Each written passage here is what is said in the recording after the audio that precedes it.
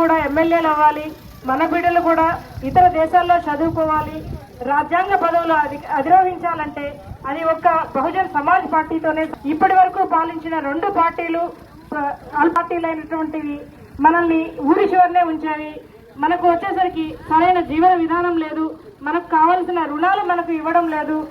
వాటిని కోసం తెప్పించుకోవాలంటే సరైన మనకు లీడర్స్ లేకపోవడం వల్ల అవి ఉన్నా కూడా మనకు ఏ విధంగా ఉపయోగించుకోవాలి అనేది తెలియడం లేదు. కావాలి అనే లీడర్స్ని ఎన్నుకోవాలి, మనం అసెంబ్లీకి పంపించుకోవాలి, పార్లమెంటుకు పంపించుకోవాలి. మన వీధిలో కూడా మన వాళ్లే నెంబర్లు అయితే, మన వాళ్లే ఊరు ప్రెసిడెంట్లు అయితే మనకు వచ్చే విధులు నిధులు ఫస్ట్ మన గ్రామానికి మన పల్లెకు మాత్రమే ఉపయోగించుకుంటాం, తర్వాత మిగిలినవి మాత్రమే ఊరిలోకి ఇస్తాం. ఇప్పుడు జరిగేవన్నీ కూడా వచ్చే నిధులే కానీ విధులే కానీ పంచాయతీల్లో ఊరు మధ్యలోనే ఉంటున్నాయి కానీ ఊరు చివరి వరకు రావట్లేదు. ఊరు చివరి వరకు రావట్లేదు అంటే దానికి కారణం మనం నాయకులు లేకపోవడమే.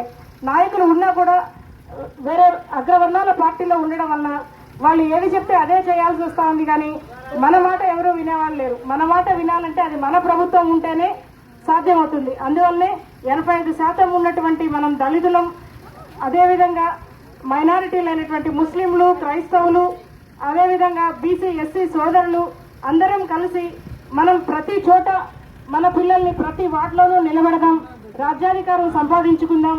అప్పుడే మనకు కావాల్సిన లోన్లు అన్నీ వస్తాయి. మనకి ఉచితాలు అనేవి ఇంకా 75 సంవత్సరాలు అవుతున్నా కానీ ఇంకా ఉచితాలు పొందుతూనే ఉన్నాం. ఇంక మనకు ఉచితాలు కాదు, మనం 10 మందికి ఉద్యోగం ఇప్పించే స్థాయిలో ఉండాలి అని అంటే మనం కూడా కర్మాగారాలు స్థాపించాలి. అదేవిధంగా మనకు కూడా ప్రైవేట్ కాలేజీలు ఉండాలి, మనకు కూడా ప్రైవేట్ విద్యా సంస్థలు ఉండాలి.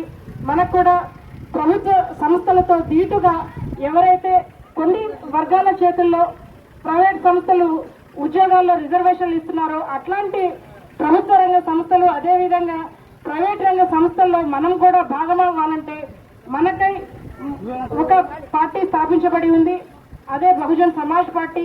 తప్పకుండా బహుజన్ సమాజ్ పార్టీ అనే ఏనుగు గుర్తుకు ఓటు వేయండి.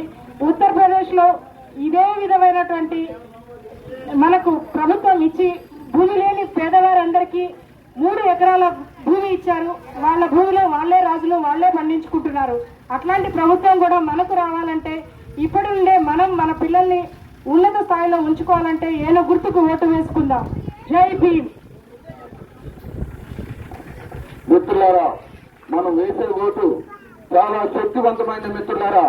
ఆ ఓటును 5 సంవత్సరాలకు ఒకసారి వచ్చే ఓటును మనం దేనికి చేస్తున్నామో అర్థం కాని పరిస్థితిలో ప్రలోభాలకు లొంగి ఓటును మాత్రం మనం దయచేసి ఎవరికో వేస్తే మన జీవితాలు ఇంకా ఇంకా దుర్లభంగా ఉంటే మిత్రులు